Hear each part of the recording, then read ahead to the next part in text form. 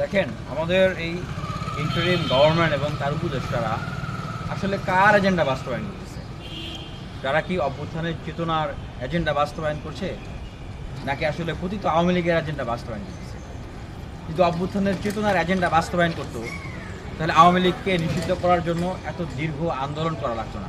তপ্ত রোদের ভিতরে বসে থেকে শাহবাগ অবরোধ করে, পল্টন অবরোধ করে আমাদেরকে কিন্তু আন্দোলন করতে হতো না, বরং এই সরকার নিজ থেকেই আওয়ামী লীগকে নিষিদ্ধ করে দিত। সাবের হোসেন চৌধুরী, আব্দুল মান্নানদের মতো মেগা মাস্টার মাইন্ডদেরকে জামিন দেওয়া হচ্ছে, নিরাপদে পালিয়ে যেতে দেওয়া হচ্ছে আওয়ামী লীগের নেতাদের। এই কাজটা কিন্তু তারা করতে পারত না। এবং তারা যদি অভ্যুত্থানের চেতনাকেই লালন করে ইন্টারিম চালাইতো, তাহলে আওয়ামী লীগের সাথে তার যে সহযোগীরা ছিল, দোসররা ছিল, জাতীয় পার্টি সহ অন্যান্য দল, তাদেরকেও কিন্তু নিষিদ্ধ করতো। জিএম কাদের এতক্ষণে জেলখানায় থাকতো, কিন্তু পাঠাচ্ছে না। বরং দেখলাম যে এখন সেনাবাহিনী দিয়ে তাদেরকে প্রোটেকশন দেওয়া হচ্ছে। আমাদের জীবনে নিরাপত্তা নাই, তাদের জীবনের কত দাম। অথচ আওয়ামী লীগের আমলে তারা আওয়ামী লীগকে সাপোর্ট না করলে আওয়ামী লীগ স্বৈরাচার হতে পারত না। জাতীয় সংসদে এই জাতীয় পার্টির নেতারা চুন্নুস কাদের সহ তারা আওয়ামী লীগের এইভাবে করে গুণগান গাইছে। রওশনারা ইসলাম তারা আওয়ামী লীগের এইভাবে গুণগান গাইছে।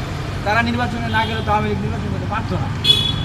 অথচ তাদের জান মাল, বউ বাচ্চা, তাদের ভবিষ্যৎ, তাদের রাজনীতির এত গুরুত্ব, এত নিরাপত্তা বাহিনী দিয়ে তাদেরকে প্রোটেকশন দিতেছে।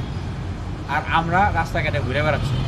আমাদের উপরে মানুষ অনেক অনেক মানে তরুণদের উপরে, ছাত্র নেতাদের উপরে এখন ককটেল মারছে। আমি জানি না আমার উপরও আসলে কখন ককটেল মারে, না কখন গুলি করে মেরে ফেলে দেয়।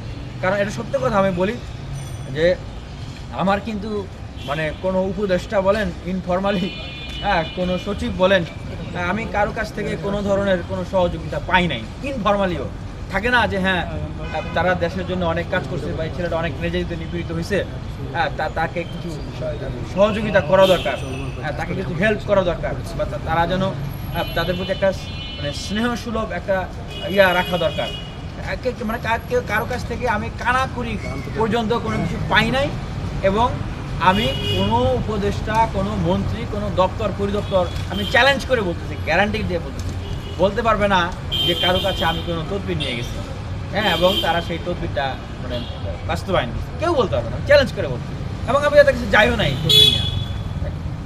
এখন আমার তো আলাদা কোনো প্রোটোকলও নাই। আমি দেখতেছি যে ওই যে আমাদের অনেক ছাত্র বন্ধুরা তারা অনেক গুরুত্বপূর্ণ জায়গায় গেছেন, তাদের 2-3টা করে পিস্তল, ম্যাগাজিন, প্রোটোকল অনেক কিছু লাগে।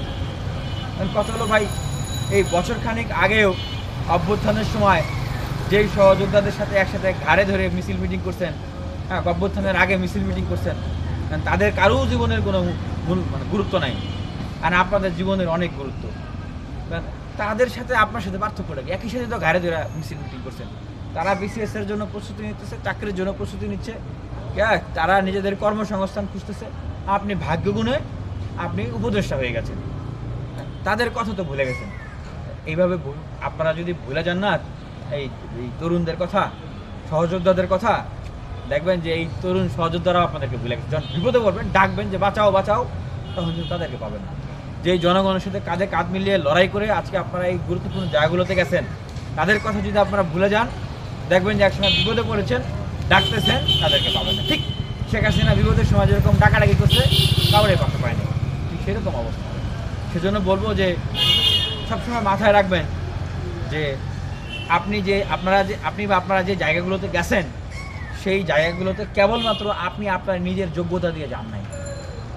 এই মানুষগুলোর কারণে আপনারা সেই জায়গায় গেছেন। মানুষগুলোর প্রতি, দেশের কোটি কোটি মানুষের প্রতি, ছাত্র তরুণ যুবকদের প্রতি আপনাদের দায়বদ্ধতা আছে। দেখবেন, আর একটা কথা মনে রাখতে হবে, যেটা আমি মনে করি যে অনেক উপদেষ্টা মনে এই কথাটা ভুলে গেছে।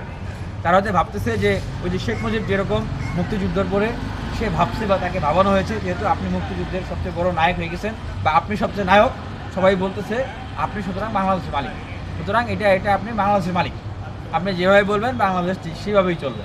আপনি এখন থেকে বাংলাদেশের একক মালিক, যাকে যা বন্টন করে দেবেন সে তাই খাবে, সেভাবেই তাকে বাঁচতে হবে।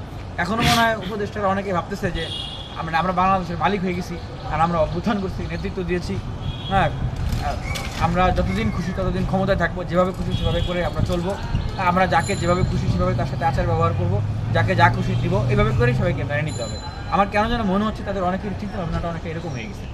তো বলবো যে আসলে ঠিক কিছুদিন আগে আওয়ামী লীগ যেরকম ক্ষমতা আসলে এরকম ভাবছে, হঠাৎ করে তারা নাই হয়ে গেছে।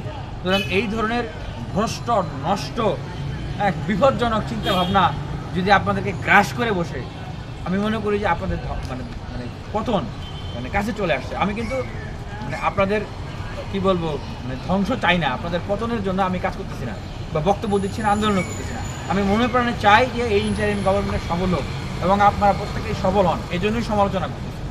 কিন্তু ওই যে আমরা তো লাইন ধরাই দিচ্ছি, আপনাদেরকে রাস্তা দেখাই দিচ্ছি কোনটা ঠিক কোনটা ভুল। আপনারা যদি বুঝতে ভুল করেন, আপনারা ভুল করেন। তো ভাই